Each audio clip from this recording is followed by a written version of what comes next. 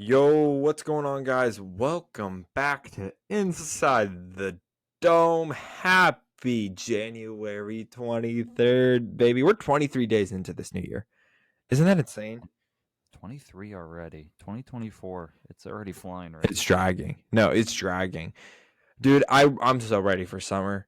I am tired of this weather up here in Pennsylvania. It is absolute garbage. I am tired of the snow.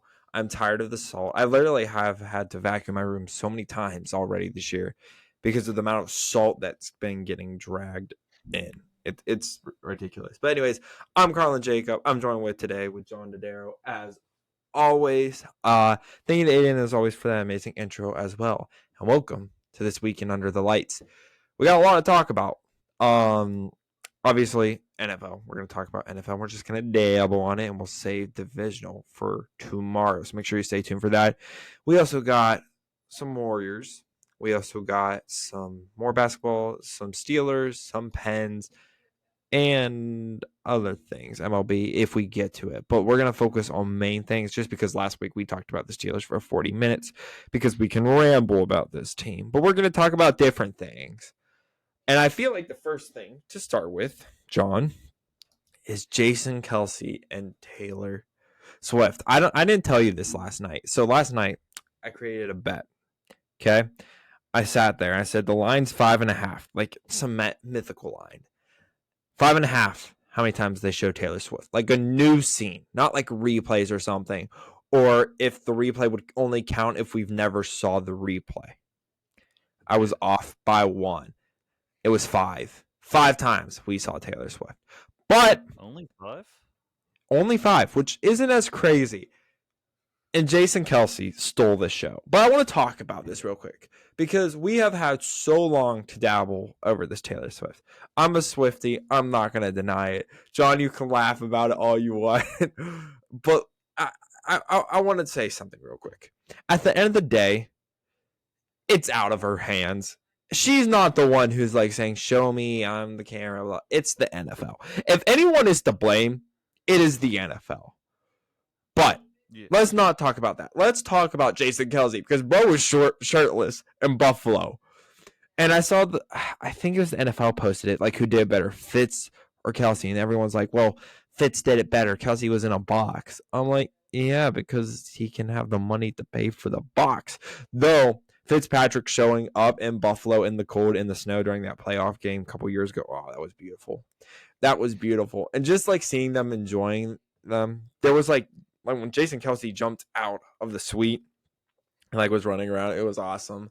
He like went up to like fans and stuff, like was chucking beers with them. I saw a video online. Some girl had a sign that says like, I want to see Taylor Swift or something. So Jason literally picked up the girl, walked over to the booth and said, hey, Taylor, this kid wants to see you. Do you see that video online? Yeah, I saw that video. Oh, that game was something. And I was about to lose it during that game when they were about to go to commercial break. And, when Travis Kelce did the heart thing to Taylor Swift, and they did a graphic of like a heart around Taylor Swift. And that's when I was losing it because this is when I don't hate Taylor Swift. I hate the NFL showing her every second. Even Tony Romo's like, "Oh my god, we got to mention her because the camera showed her." But they show a graphic of a heart around Taylor Swift, but then you see Jason Kelce shirtless drinking a beer in the background. Beautiful. It's beautiful. beautiful. That saved it. Jason Kelce saved the night. He saved the night. We're not going to talk about the game, what happened during the game. We'll say that for tomorrow. But he saved the night because every time they show Taylor Swift, we saw Jason Kelce, and I love that man. He is very funny. Oh, he's got a he's great amazing. podcast with. I hope he Travis doesn't Kelce. retire. I really hope. I think he is. I think he will too. But I feel like if the Eagles get a good offensive coordinator, they're going to win the Super Bowl next year. And I feel like he has to go out with the Super Bowl. The way they played this year, like going 10-1 to collapsing to 11-6 is incredible. And that's just so sad. And I know he's won a Super Bowl, and it's very hard to win a Super Bowl, yet even make it to the NFL. But like, I don't know. Like, it seems like he should retire. He's enjoying retirement life already. He was at the Bills tailgates drink. He was chugging something. I couldn't But really then say what again, it yeah, was, he's but cheering on his brother. I don't get me wrong. I think he's retiring. But if he says I'm going one more year, I want to be shocked. yeah. But he was the entertainment of that game. Oh, He was so 100%. funny. Him jumping out of the box down to the stands for like a minute, and then he Oh, that chugged was a beautiful. beer, and then Dude, hopped back up into you the see box. some you see someone try to replicate it and security got mad at them? Security's like, "Get down." And people are like, Yeah. "Kelce did it. Why can't he do?" I will say though, we have talked about this for a very long time. It's the NFL. It's not Taylor. It's not like leave it alone. If anyone, the NFL needs to stop doing what they're doing. That's it. Yeah. It was. I mean, you see on social media, everybody is rooting for the Ravens, so we don't have a Taylor Swift Super Bowl. That's what all the meme pages are saying right now. So a lot of But people it's are rooting happening. for the Ravens. But It's happening. we'll get to that Oh, we'll get to it. situation tomorrow. But my final thought on this. I said it last week. Most people didn't even know Josh Allen and Haley Steinfeld were dating, and it doesn't Was she need to be there shown. She was not there, I don't think. that It we are doesn't need to aware be of? seen. It doesn't need to be said. It doesn't need to be recorded, their relationship. They can live happily ever after, but we don't need to see it every second of a football game. So I'm ending it with that. But Jason Kelce, thank you for For saving. stealing his show. Yeah. Yeah. Thank you for saving the game a little bit. Thank you. I will say Jason though Kelce. too, it seemed like they were clicking in the box from what we saw, and I feel like they had great conversations. But like they would show Taylor, then there's just like Jason in the back room with the shirt off, chugging beer, and Kylie's looking at him like, "Oh, he's way too gone." The Kelsey family is a very fun family. Dude, Indeed. I feel like if I had to like they always tell you, like if you had to sit down with someone and like have conversations with them at dinner, who would it be? I feel like the Kelsey family would have to be up there, like sports wise. Like obviously, like you could talk to the president or like crazy people and be like, "Why were you thinking this at a certain point?" But like sports wise, sitting down with the Kelsey family would be awesome. I would. 100%. I like both. I like Travis and Jason Kelsey. Both of Their them podcast is are, amazing. yeah, great podcasters and legends in the NFL. Speaking of a tight end, though, some news that came out yesterday. Zach Ertz, a longtime Philadelphia Eagles tight end and former Arizona Cardinals tight end, has just signed with the Detroit Lions. He is ring chasing as we speak. He's only got about like 5 days to learn the playbook. But Zach Ertz is a new weapon for the Detroit Lions. They will be playing the San Francisco 49ers. You think that's going to have any impact in Sunday's game? Do you think he's gonna play Sunday? At most, maybe in like special packages, I would say, because we saw Dalvin Cook play a little bit in the Baltimore game. Yeah, So and he didn't even maybe play much. it was late, like when the Yeah. game was settled, I would say. I don't know if we'll see him. I really don't. I get why he's ring chasing. The Lions is like kind of shocking too. But also, what other team would he go to? Chiefs have Kelce. They also have what is it Watson? No. Who's They have 84? Noah Gray. They have Noah Gray. 83. Yeah. Uh Niners obviously have George Kittle. Ravens have Likely or Mark Andrews if he returns, and then that's it. So I guess the Lions is the best fit for them. But yeah, I saw that. I was like, huh, didn't see that one coming. But Yeah, hey, that these surprised me. dude, did the Lions make the Super Bowl? Oh, it'd be beautiful. I'm scared though. I'm scared if they make the Super Bowl because they're not beating the Ravens. Eh, They're not. the Lions and Ravens did play against each other in Baltimore this season. The Lions got killed. That is something to consider. But little spoiler for tomorrow's episode: the Lions are going to the Super Bowl. You can hear my explanation as to why in tomorrow's episode.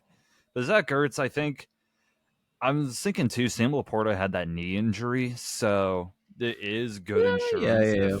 Laporta's knee starts acting up again. So I think getting Zach Ertz is probably nice depth, but I don't think it's going to have much impact in the Niners game. Maybe at most in the Super Bowl, it could have an impact, but something to follow there. But NFL coach updates. We've been talking about this for the past couple of weeks. Just as we were about to record, a new head coach has been announced for the Tennessee Titans. Bengals offensive coordinator Brian Callahan has been confirmed to be the new head coach of the Tennessee Titans. The Titans previously had Mike Vrabel. They decided to move course from him. They are now hiring Brian Callahan to be their new head coach. And I said this a couple weeks ago.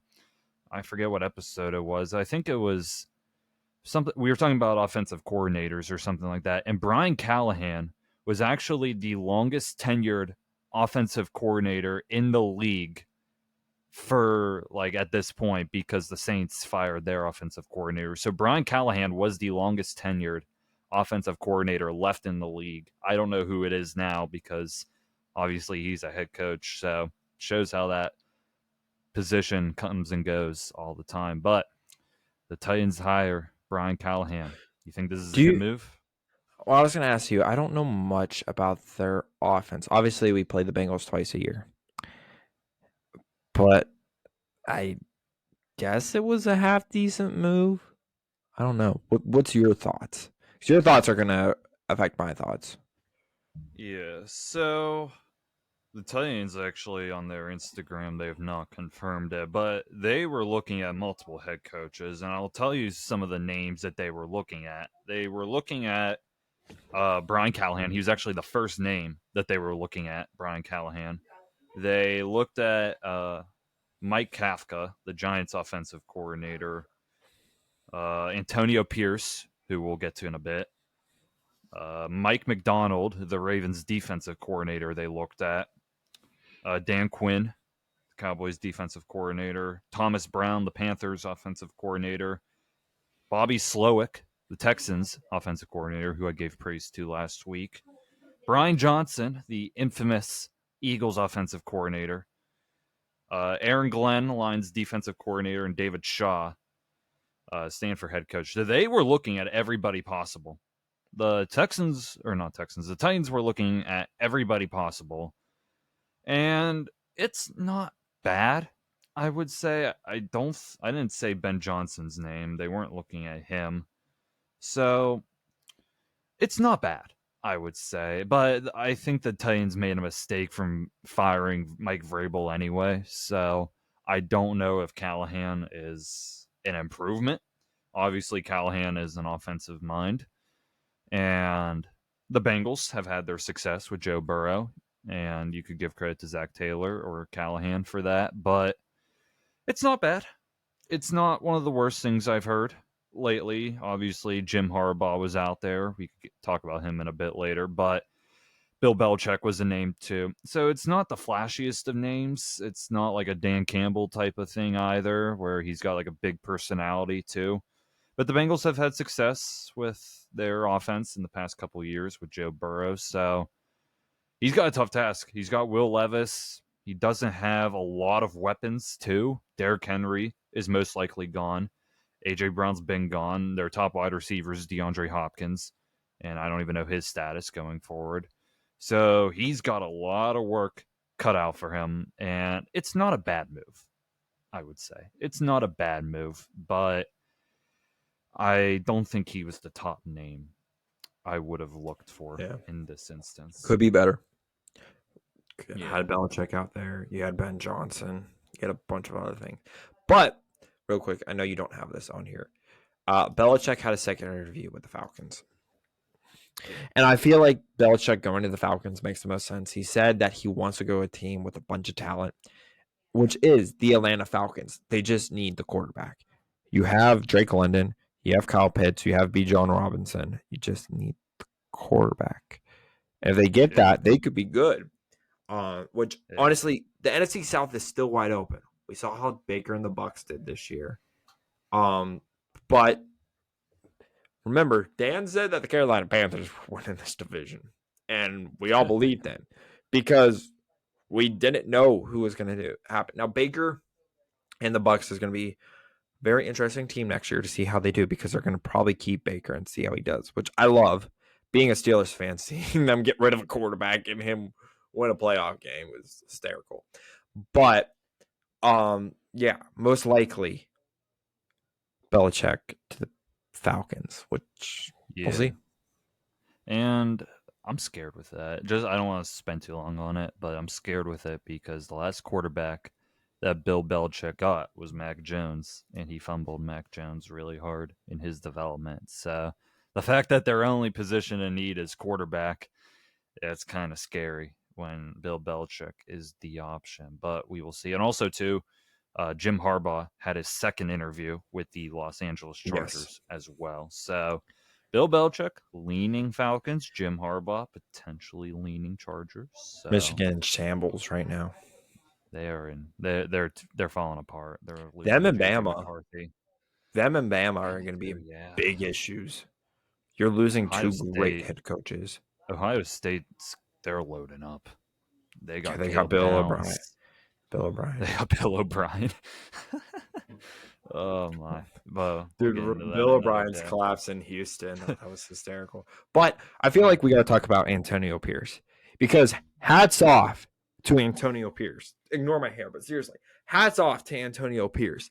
The fact that he was an intern head coach, wasn't supposed to stay, and the fact that he took this team, almost went to the playoffs with them. A lot had to happen. I know that, but they were still not out of the playoffs. Could have made the playoffs with Aiden O'Connell as the quarterback is crazy. But also, only 2 head coaches have ever beat Patrick Mahomes in the AFC West. Sean Payton and Antonio Pierce. And as soon as Antonio Pierce beat Patrick Mahomes, I knew he had to stay. 100%. Agree with me, don't agree with me, I don't care. Patrick Mahomes is a fantastic quarterback, and it's not every day you beat him. He had that incredible long streak for the longest time of not losing to an AFC West team. Then he finally did. And Antonio Pierce was one of those head coaches. And we have on our notes, obviously, he will have new coordinators and a coaching staff coming up in the year, which is forgiven. Their offensive coordinator didn't do much. Neither did their defense coordinator. But I feel like they could have been in hot water. Max Crosby wanted Antonio Pierce to stay, and he's just like a Raider guy. He reminds me of not Mike Vrabel. He reminds me of Dan Campbell. He doesn't have like the fire that we see a lot that Dan Campbell does with the media, but Antonio Pierce is a former player, and former players tend to thrive a lot coaching in the NFL.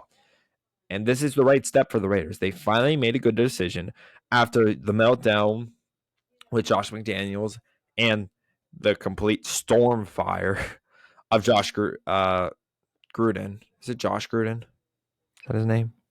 John Gruden. Sorry, John. John Gruden twice. That happened twice. Remember, they finally made a right decision. And I'm glad the Raiders have. Because the Raiders have a great team. They just need a quarterback and maybe I don't know, a little bit better of a defense because you got Max Crosby. But otherwise, I think it's the right move. Yeah, it's the right move, I would say, especially when you got guys like Max Crosby saying that they will leave if he's not the head coach. So they really had no other choice. So this was very much expected. My thoughts of the Raiders getting Jim Harbaugh a couple weeks ago, that is over now. But they will have to make some moves, though. Obviously, they're looking for a new offensive coordinator. I heard Cliff Kingsbury's name is in contention for that. The Rams passing game coach is also a big name, even with the Steelers too. He's getting a lot of attention as well, the Rams passing game coach. So Antonio Pierce has his work cut out for him. The quarterback situation needs to be figured out because I don't think Aiden O'Connell is the guy, nor is Jimmy G. So I think the Raiders will probably be drafting a quarterback. So Antonio Pierce is going to have a big factor in that. But they have a good foundation, especially at least on offense. If they do get a rookie quarterback, I think Adams is going to stay. I think he likes it there in Vegas. So They have a good foundation, a lot of great pieces on offense. Defense, Max Crosby, build around him. They drafted another edge rusher last year. Keep building that defense. And the Raiders, like you said, they beat the Chiefs. And they could pull out more upsets next year. And we'll see how it goes. I like the hire, and I think it's good for the Raiders, but they'll have to see who they get for their new offensive coordinator. But speaking of other news with coordinators, the Eagles are essentially keeping Nick Sirianni as their Good. head coach. And I like that move. I agree. And essentially, he's confirmed that he's getting new offensive coordinator, or he's getting new coordinators because he already fired his defensive coordinator. I'm not even going to try to pronounce his last name, but he fired his defensive coordinator. They're not firing Brian Johnson yet because if he becomes a head coach, they get draft picks for that. So if he's not a head coach, Brian Johnson is probably going to be fired 99%. No, he But will be. Sirianni's 1,000%. staying. Yeah, Sirianni's staying. You said you like the move. You like it still? You like it? Yes, 100%. Because let's say Sirianni is the issue. Okay. How do you make it to the playoffs 3 years in a row? He was first round exits 2 of the years, both to Tampa Bay, ironically. But he also went to the Super Bowl last year. He took the team to the Super Bowl. They had to play the Giants, and they had to play, obviously, the Niners, the Brock Purdy-less Niners, which we'll never know how that game would have gone. But they went, and they almost beat the Chiefs in the Super Bowl. Like, he's a Super Bowl coach right now. You have to give him another year or two at least and see what happens. Obviously, they need a new offensive coordinator. They need a new defensive coordinator. They're going to be messed up with the offensive line because if Jason Kelce leaves, they're going to need a new center immediately. They'll have to draft one. But I like the move of keeping him. You got to see what happens because y'all been winning games. Like last year was your best season. Like it reminds me of Steeler fans. Steeler fans call for Tomlin's head. Eagle fans call for Sirianni's head. But both are fantastic coaches, you know? Like, Yeah. I wouldn't say yet that Sirianni's a fantastic head coach, but because I don't think he's had the longevity as Mike Tomlin. But I agree with you. It's the right move to keep him because he's been the head coach for 3 years and he's been in the playoffs for 3 years and a Super Bowl as well, something Tomlin hasn't done in forever. But you could argue that the Super Bowl run was because of the coordinators that are now head coaches, Jonathan Gannon and Shane Steichen. But that's kind of what hurt the Eagles this season, losing the two of them. And both the replacements were not good this season. So Sirianni's going to have to find two new replacements for coordinators. And if he misses here, then I think Eagles fans might want Sirianni out because two misses in a row, it ain't looking too good. Eagles fans are very fired up. They're very passionate. So if you mess up again here and you get back coordinating on either side, it's not looking good for Sirianni. And we see too around the league. The league is unforgiving. You can just look at the Eagles in general. They fired Doug Peterson pretty quickly after he won a Super Bowl, just a couple years after he won it. The NFL is a ruthless business. If there is not success, they will fire you unless you are the Steelers because the standard is the it's the standard. standard. Yeah. So, final thing. I want to mention this real quick. Obviously, Tomlin had his end of the year press conference, and if we get to it, we will talk to it at the end. But I highly doubt we will, just because there's so much. Basically, long story short, Tomlin's going to look forward out of the organization, which is the first time in a very long time they're looking for someone else out of the organization for a head coach because we needed that. We truly do. Obviously, you had his name was he was so bad I can't even remember his name. He was the offensive coordinator on the Browns for a year too. You remember Todd Haley? Todd Haley. Whoa. Todd Haley, and then he had Matt Canada, and they were both from the inside. Now I think you got to go outside, which they are doing, which is great. I don't know if you want to say anything about them looking out beyond the Steelers. Steelers Yeah. looking out beyond. It's a good thing. because Tomlin has looked from within the past couple seasons and it's failed miserably. So them looking out is nice. Like I mentioned, that Rams passing game coach has been a name being flown around for multiple teams. So that is a name to look for. But final thing with coach updates, the Chicago Bears have officially hired the Seahawks offensive coordinator to be their own offensive Good. coordinator. I don't have the name fully pulled up right now. That my I saw it apologies. earlier. I can't. If you I want can't to, think of his name.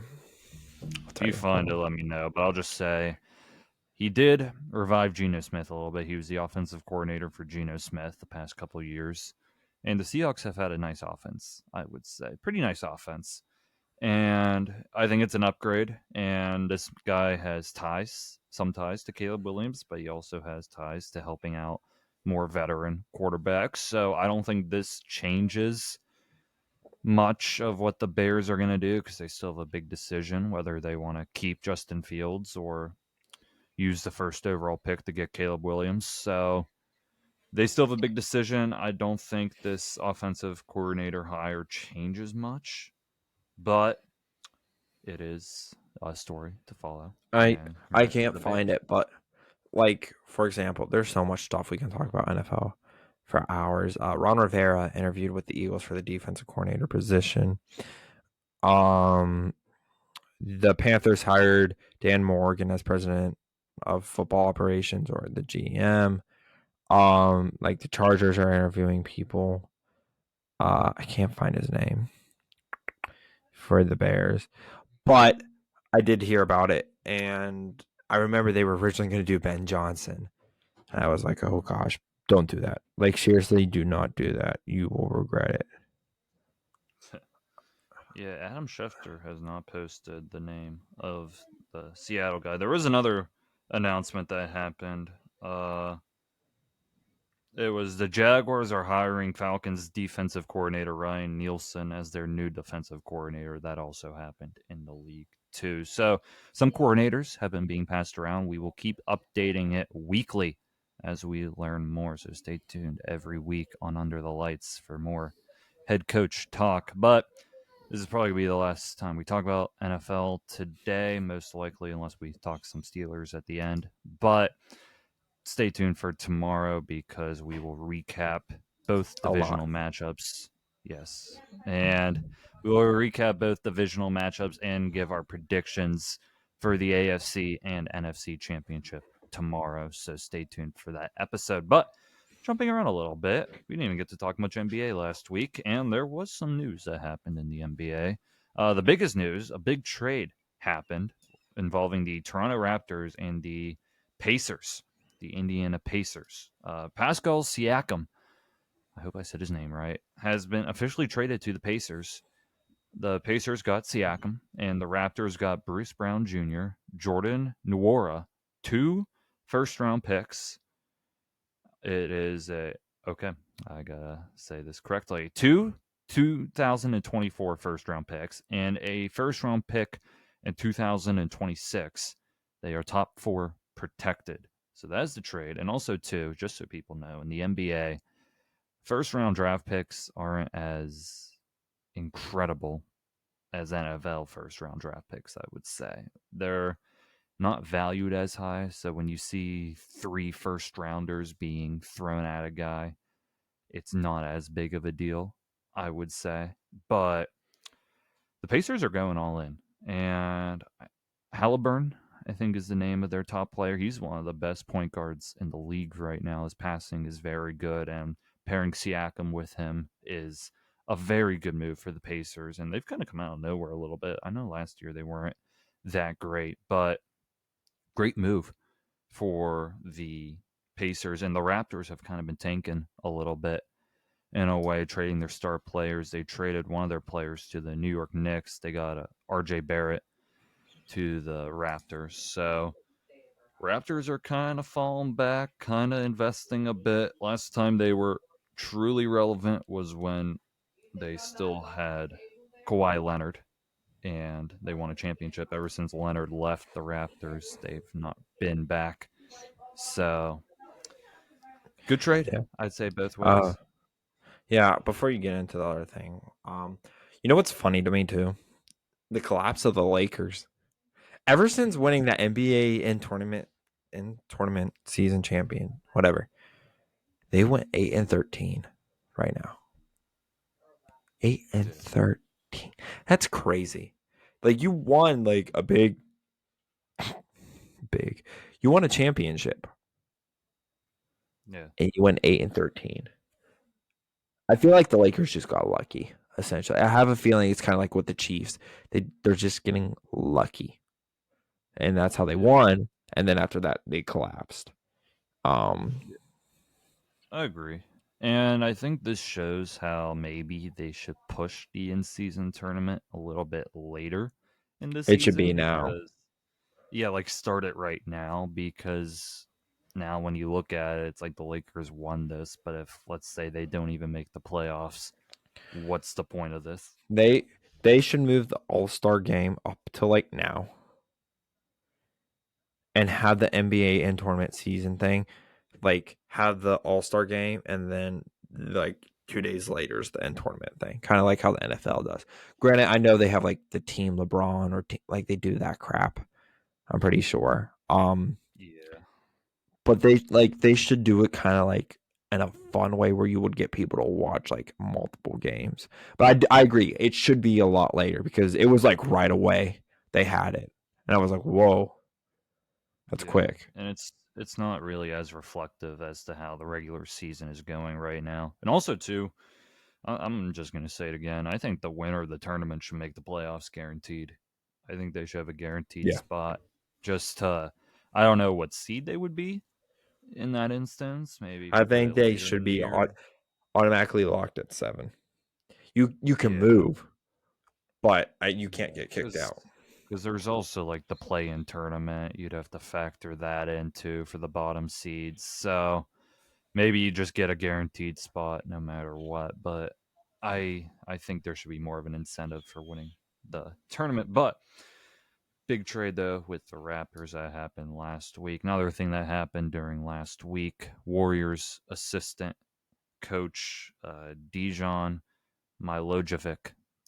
I hope I pronounce his name right. He passed away for the Warriors, and as a Warriors fan, it was very sad hearing that. And they actually postponed 2 games last week because of this. So one game, I think one game was against the Utah Jazz, one game was against the Dallas Mavericks, and those 2 games have been postponed. They officially play on Wednesday, their first game back, and that game is against the Atlanta Hawks, and it's actually a home game too. So that's going to be a very emotional game, and sadly, it's not on a big network. The big network game is going to be the Thunder and Spurs, so I will not be able to watch it, Why unfortunately. do they put the Spurs on prime time? It's probably one It's because of Wembenyama Wembanyama, and the but Thunder. The Thunder are very good too the Spurs right now. suck. I It'd know be the like Spurs suck. watching it'd be like watching I don't know who was the best. It would be like watching the Niners and the Panthers on Thursday night football, like on prime time and keeping it so late. Like who wants to watch that?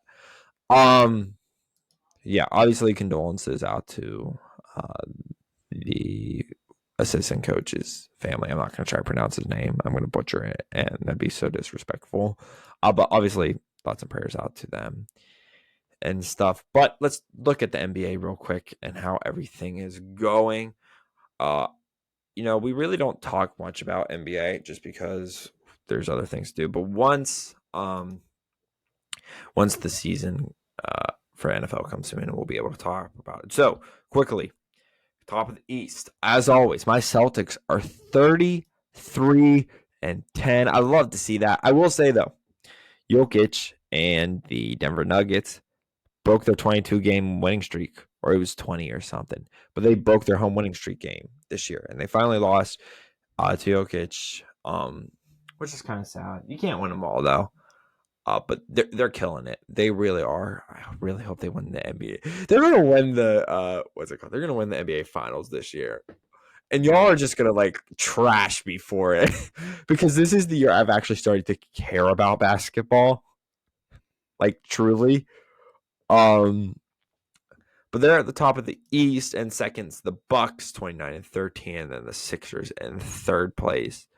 Let's look at the West real quick. The Timberwolves 30-12, the Oklahoma City Thunder 29-13, and the Nuggets are 30-14. So it's really close between all three of these divisions. The worst team in the league is still the Pistons, 4-38. Second worst team is the Wizards, but in the West it is the Spurs, 8-34. What's coming up for the NBA? I know we have the All-Star game. I know that's the next big thing. That's not until February though. Yeah, we got some time to that. There are some games happening as we speak. Everybody listening would probably know the results. The Bucks and Pistons are actually playing each other, so it's actually a close game right now. So maybe the Pistons get another win against the Bucks. That would be pretty crazy. The 76ers are destroying the Spurs right now on prime television.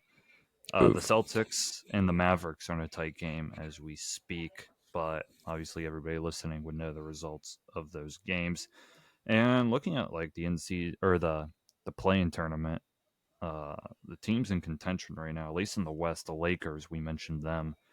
They're 22-22, and they are in a spot in the play-in tournament. So they're in it still. Phoenix Suns, they have their big three now. They're in it. Warriors, my Warriors, are right on the outside as we speak, though they have not played the past two games. So they're a little behind in total games played. But Warriors are still in the hunt as well. But for today, the games that are happening when you guys are listening, the Nuggets and the Pacers. The Pacers, who we mentioned earlier, they play at 7 o'clock. It is not the primetime game. The primetime game. The primetime game that people will get to watch at 7:30 is between the Knicks and the Nets. So a little New York battle right there. The Jazz and Pelicans play each other at 8.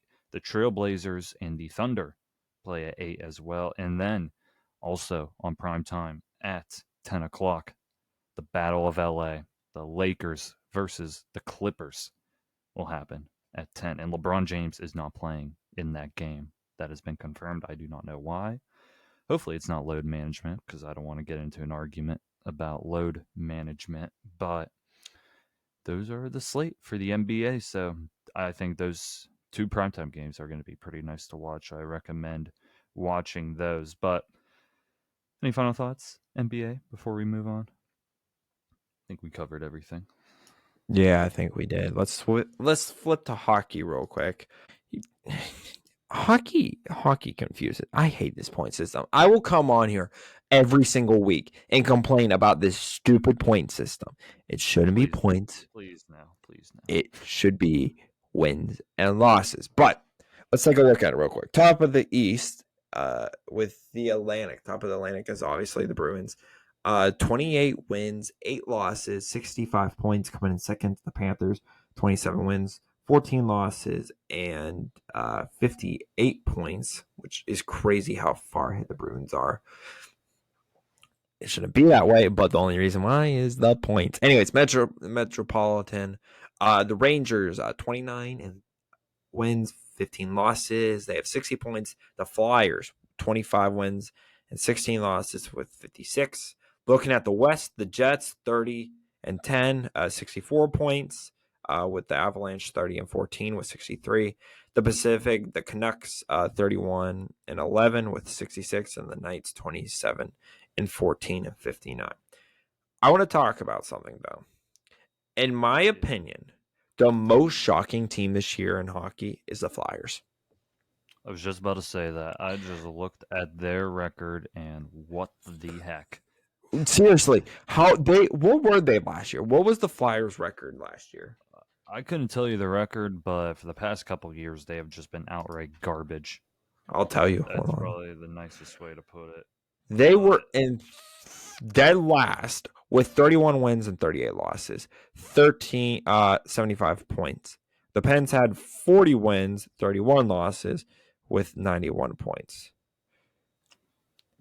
Yeah, it's just looking at the Flyers right now. It seems like they're splitting with their goalies. Carter Hart, obviously their main guy, who has 12 wins. He's played 26 games, but they also have I've never even heard of his name, Samuel Urson, who has played 22 games and has won 12 of those games. And right now, too, like Travis Konechny is their top point scorer, and he's been on the trade block for the past couple years. So that's honestly been the story with some of these top teams. Another top team is the Vancouver Canucks, and they're actually the best team in the league right now 31, 11, and 4.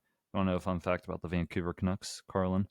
Their GM is Jim Rutherford, former Penguins GM before we got Nice. Hextall.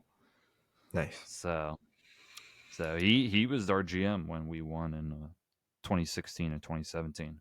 So, a little fun Do fact you for you. um I don't know if there's anything else you want to talk about hockey, but we're going to talk about it. Do you think that we're going to expect a big trade for the Pens coming up soon? Like a player like Gensel, you put Gensel down. But do you think we'll So have a big trade before this trade deadline happens? so the reason why I said Gensel in our notes, he's gonna be his contract's gonna run out soon. That's pretty simple. And if the Penguins don't think that they are going to make the playoffs, they could trade for draft picks. I think you could get a first for Gensel. He's, I believe, 29 right Yeah. now. And if, as a Penguins fan, I say no to that because Crosby is still playing at an elite level right now. He's not slowing down. Don't take away his top winger, I would say. So I would say no because as long as you got the big three, Crosby, Malkin, Letang, I don't think you should blow it up at any point. The team, at most, you don't buy in and you trade draft picks for assets. I don't see the Penguins doing that necessarily, but you're not a seller at No. this point. I don't think the Penguins are a seller, but if things truly went bad, I think the Penguins would be getting calls for Jake Gensel. They might get an offer they might not be able to resist, but the Penguins are still in the hunt. They're It's very tight right now, and we've crossed the halfway point of the NHL season too. That is also something else to consider because the Penguins, for example, they play 43 games, so they just passed the halfway point. There's 82 games in the season. They're 21, 16, and 6. They have 48 points. The wildcard teams both have 53 points. So nothing's written out yet. There's really the only teams just looking at it that have no shot. I would say the Senators probably have no shot. The Blue Jackets probably have no shot in the East. And then in the West, just looking at it right now, the Sharks have no shot. The Blackhawks have no shot. And the Ducks have no shot. Those are the only teams that are out, in my opinion. Yeah. So anything's possible in the NHL right now. And week by week, I think the situation will start to become more clear. And also, the trade deadline will become more clear too, and who could be on the move. And in the NBA and in the NHL, that will be an interesting topic for us. But I think that's all I got for NHL this week. Nothing else Yeah. big happened. I want to talk about this real quick. Dan Smith, shout out to you. UFC guy. Mm-hmm. We've been watching UFC a little bit ourselves. Every time we are home and there's a big UFC fight, we all go over to each other's house and we watch the UFC fight. So we're going to talk about this real quick. John did not watch any of the fights except the last one in like the final 3 rounds. Yeah. So he's not going to be a much contributor to this conversation. I want to start. The best fight of the night.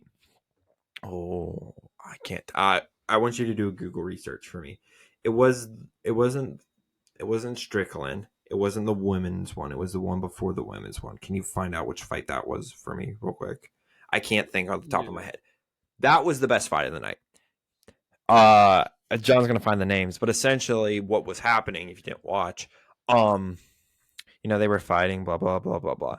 The one dude, he wasn't from America. He was somewhere else. He was gonna win the underdog. He was gonna win 100%. Kid you not. This guy got pinned on the floor with about a minute left. Okay. Upside down. The champion got on top of him, started pounding this dude to the point where the ref waved it off with 15 seconds left in the whole entire fight. The whole entire fight. It was the ref's decision. And it was a really close. The guy just choked. He really did. He blew it. He had the fight and he just lost. But I think that was the best fight of the night. Do you have the names? Which fight are you referring to? The one before the women's main. The one before the women's. So, was it Allen versus Evlov? Yes. One featherweight bout. Yeah. Okay, because I heard that the women's fight sucked. Yeah, the women's fight wasn't as good. The one, the not the girl from Colorado. See, I need to learn names. Not the girl from Colorado. Pennington. Yeah, not Pennington. The other one. Bueno Silva. Yeah, her. She kept jumping on Pennington's back. Really? Yeah, my grandfather and I were watching, and he's like, "What are they doing?" I was like, "Truthfully, I don't know." But let's talk about the main real quick. Strickland versus the guy from Africa, Duplessis. It wasn't a bad fight. It wasn't like the best main I've seen. It was more of like Strickland. Strickland kind of shot himself in the foot. Basically, he was fighting it, and Duplessis was like a guy who would like always charge. He's the fighter. He comes after you. While Duplessis, Strickland would sit there and be like, yeah, da da da da, punch, da da da da da, do do do do. Like he was like waiting for him to come toward him and punch. So it was his fight. Well, then Duplessis took down Strickland. And if you take down Strickland, essentially you're going to win. And that's what ended up happening. It was like 39-38, 39-38, 1-1, and there was like 9-38, and Strickland lost. But here's the thing. Everyone's complaining about it online. And I had a chat with Dan Smith about this. Essentially, it could have gone either way. If you said that Strickland won, people would have said, well, Duplessis won that. It was just one of those fights that either way, it was going somewhere. Unless if you sit down and you break down the punches and the takedowns and like getting up. Because if you take them down, you get points. But if they get up, they get points. It confuses me. I'm still new to all this crap. But it was a good fight. The next one, if you're curious and you want to watch UFC, is February 17th. Because John and I were supposed to go see Drake that day. And we're not. We're seeing him the day before so we can watch that fight. Good. I would recommend if you are over the age of 21. I know a lot of bars show these events. So if you don't want to spend the money on a UFC pay-per-view, I definitely recommend going out. Even a restaurant. I bet restaurants definitely have them. Oh, yeah. Or like restaurants too. Sports restaurants. Yeah, they're open late. Yeah. So that's how I saw the ending of the Strickland Duplessis fight. And Duplessis actually called out Izzy Adesanya at the end. So that was kind of cool. And I bet they will probably fight at some point coming up. We would probably need Dan Smith on here for his full take on the UFC, especially because I know McGregor's fighting in the future coming up soon. I think in the summer. And June. Yeah, June. So there's a lot of UFC news, but we'd have to get Dan on there for a full analysis. But yeah, definitely was a good pay-per-view on Saturday. But we got about 10 minutes left. So I think the only thing left, actually, no, there's two things left that we got to cover. The first thing, I got to give a little shout out to my WVU men's basketball team. And I can't believe I'm giving them a shout out because the majority of the season has been utterly garbage. But they got some national recognition on Saturday. It was Saturday, where they had probably one of the biggest upsets of the entire season in all of college basketball. They defeated number 3 Kansas 91-85. Yes, the WVU men's basketball team scored 91 points. That is the most amount of points they've scored in January, and they did it against the number 3 team in the nation. You could credit maybe Raekwon Battle for coming back. He has been great since the I think he's really saved the season, in my opinion. But this West Virginia team, at least in January, they have been streaky. But the Big 12 is also very tough. They lost to Houston, who at the time was number 3, 89-55. They got destroyed. Then they lost to Kansas State. So in my opinion, I'm like, oh, this team's over at this point. But then out of nowhere, they beat number 25 Texas, 76-73 at home. I did not show up to that game. I'll get to that in a bit. Then they lose to number 15 Oklahoma, and it's like, okay, we're back. We're back to our losing ways. But then we just beat the number 3 team in the nation. So I don't even know what to expect with this team. I do know this. For the most part, when I don't show up to these basketball games, we end up winning. I did not show up to the Kansas game. I was watching NFL with my buddies. I did not show up to the Texas game for the same reason. And also, too, I think we feel like we are cursed when we go to these games. I've only seen one victory, and it was against a very bad team. So I think I'm cursed when it comes to men's basketball. But they beat the number 3 team in the nation. So I got to give a big shout out to them. The women's team is also doing very well, too. They are back to being ranked again, the WVU women's team. They're 24 now. They 16-2 record. That's the same record as Iowa, I think. And they had a big upset loss as well. Yeah. All right. We got to give credit where credit's due. Pitt. Oh, God. They upset Duke. Pitt beat Duke, which I was very surprised at because I went to Duke to see Duke and Pitt play a while ago, and they got crushed. I was like, oh, there's no way Pitt's this good. And they beat them. Duke's star players were benched, but they still beat them. I don't think that's an excuse for Duke. You should not be losing without your star players. Just because you're a basketball school, you should have the depth. And I think that's why they lost. It's still Pitt, but got to give credit where credit's due. Number 1 team in the country right now is UConn. They're 17-2. Purdue is 17-2 coming in at 2. North Carolina is 15-3. Let's take a look at women's real quick. Rankings. Hold on. Here we go. So top of the AP poll in women's, South Carolina is 1. UCLA is 2, 15-1. South Carolina is 17-0. And then Colorado is 3, 16-2. If anyone's wondering, I was 5 with 18-2 record. Also, South Carolina's head coach became one of the most winningest coaches in college basketball history, correct? Yeah. She passed Coach K with the most wins in history. So shout out to her because that is not an easy task. I don't care. People are saying it's women's sport, but no, that is not an easy task. So seriously, huge shout out to her. That's a big accomplishment. And I will say this too.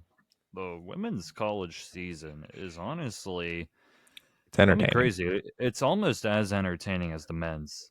You're not crazy. It's entertaining. It's entertaining.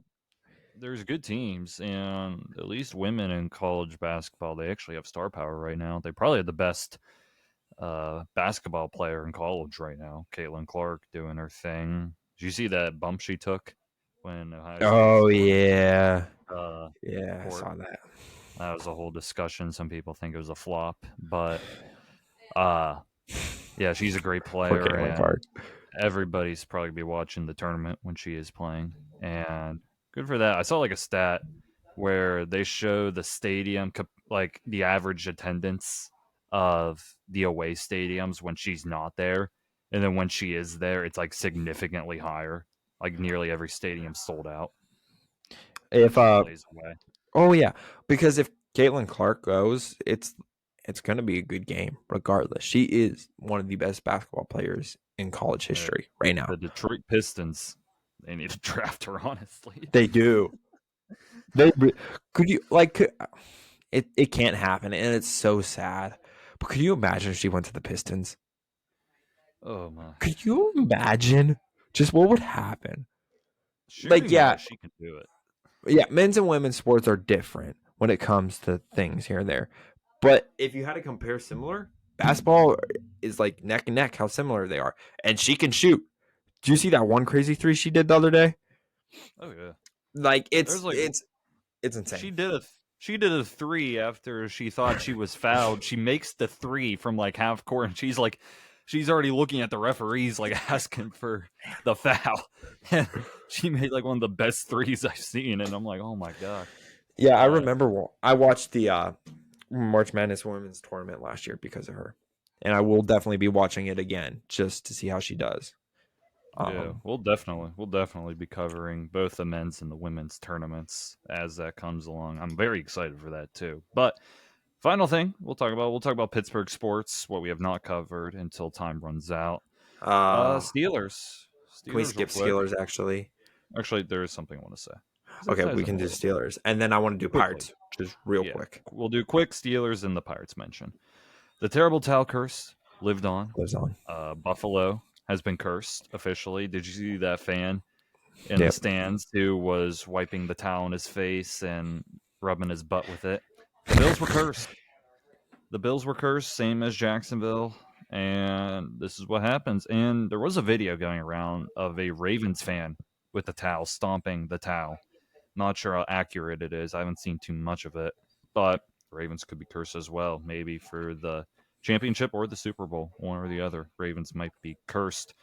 Tomlin announced, as we already covered, the offensive coordinator, but he also announced that Kenny Pickett should be the QB1, but they will be looking for competition.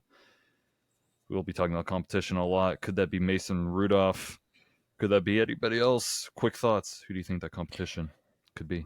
It's just gonna be Kenny versus Mason if they re-sign Mason. I feel like if you can't re-sign Mason and Mitch, obviously you gotta cut Mitch. You gotta go sign a quarterback. You have to go get one. Whether that's you go out and cherry pick in the end of with free agency, or you just go draft one. It doesn't have to be a first rounder, but a late quarterback, you have to get one, regardless, if you can't re-sign Rudolph. Yeah, there's a lot of quarterback names out there probably that could be signed. Maybe you get Josh Dobbs back. Who knows? But final thing we'll talk about, I think you might as well say you're more of a Pirates fan than I am at this point. So some Pirates news happened lately. Yeah, we signed left-handed pitcher Aldris Chapman. I'm so butchering that name, so sorry. To a 1-year, $10.5 million deal. And call me crazy, I think the Pirates are going to be a scary team in 2024. As John takes out his headphones, put them back and put them. Hear me out. Am I saying we're winning the World Series? No. Am I saying we're winning the NL Central? It sucks. I wouldn't say no. But wild card. I think they, if anything, their best chance is to go to a wild card game, and you could win it. I'm expecting them to get to 500 wins and maybe more. It'd be a beautiful thing to do. Obviously, we're seeing teams spend $1 billion, Dodgers, on players, which actually a crazy stat for you. The Dodgers spent $1 billion this offseason. All 30 teams combined, minus the Dodgers, spent about $1 billion on players. That's ridiculous. But yeah, this will help the Pirates. He's a multiple time, not MVP. I saw, what was it? He's a multiple time. Hold on. I'm choking here. He's a multiple time. I'm forgetting. I'm going to completely forget it. But he is a really good pitcher. So we'll have to see. Keep the Pirates on your radar. Don't be shocked. Did you get news or something? Yeah, so we'll end on here. Going back to the NBA, a game ended actually as we were talking. I know we mentioned it was happening earlier between the Spurs and the Sixers. Guess how many points Joel Embiid just had? 70. Yep, 70 on the dot. He had I got 70. the notification. Yeah. He went 24 of 21 in field goals. Only 1 3-pointer, 18 rebounds, 5 assists, 70 points in a 76ers win. Wow. That's insane. That's insane. Absolutely insane. Embiid, we'll end it with Embiid real quick. We're at the hour mark. He is averaging 35 points a game right now. He is averaging 35 points. And as long as he plays the required games, I think you have to play at least 65 games to be in the MVP race now. But if he plays that, he could be MVP. He has had a fantastic season. Joel Embiid has had a fantastic game. We rarely see 70 points. Rarely. Ever. So that's an insane way, I think, to end this episode. Shout out to Joel Embiid of the 76ers. Incredible performance on Monday. So big shout out to you and the San Antonio Spurs with yet another loss. So shout out to them as well. But that is going to do it for Under the Lights this week. Thank you all for listening. This episode should also be on YouTube on Wednesday. So if you want to listen with seeing our faces at the same time, wait till Wednesday for that.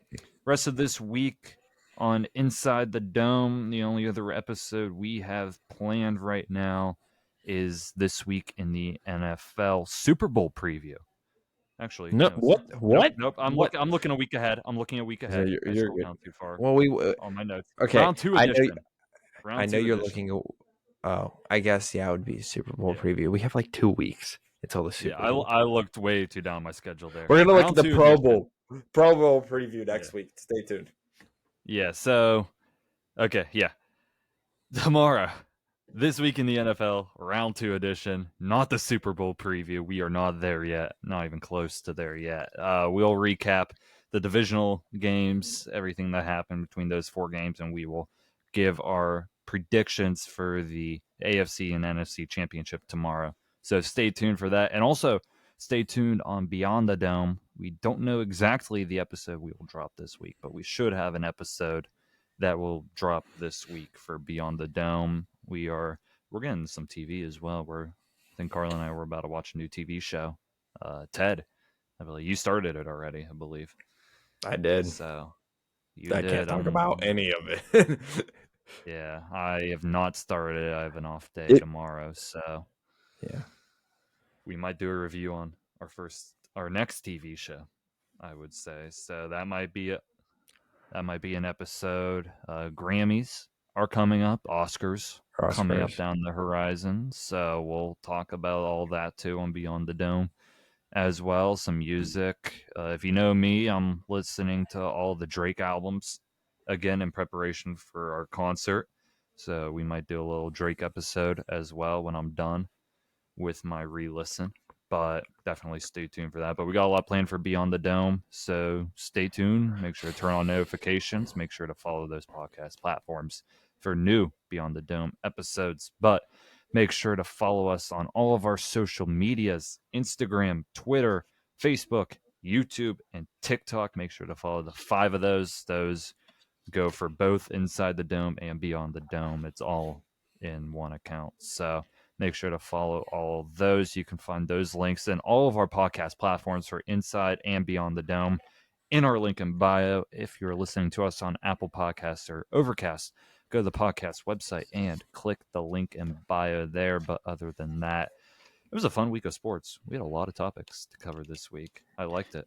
Yeah, we do. And like we said, obviously with NFL, once it's in full swing still, once it ends, more NHL, more NBA, more MLB, because MLB will start up by the time NFL ends.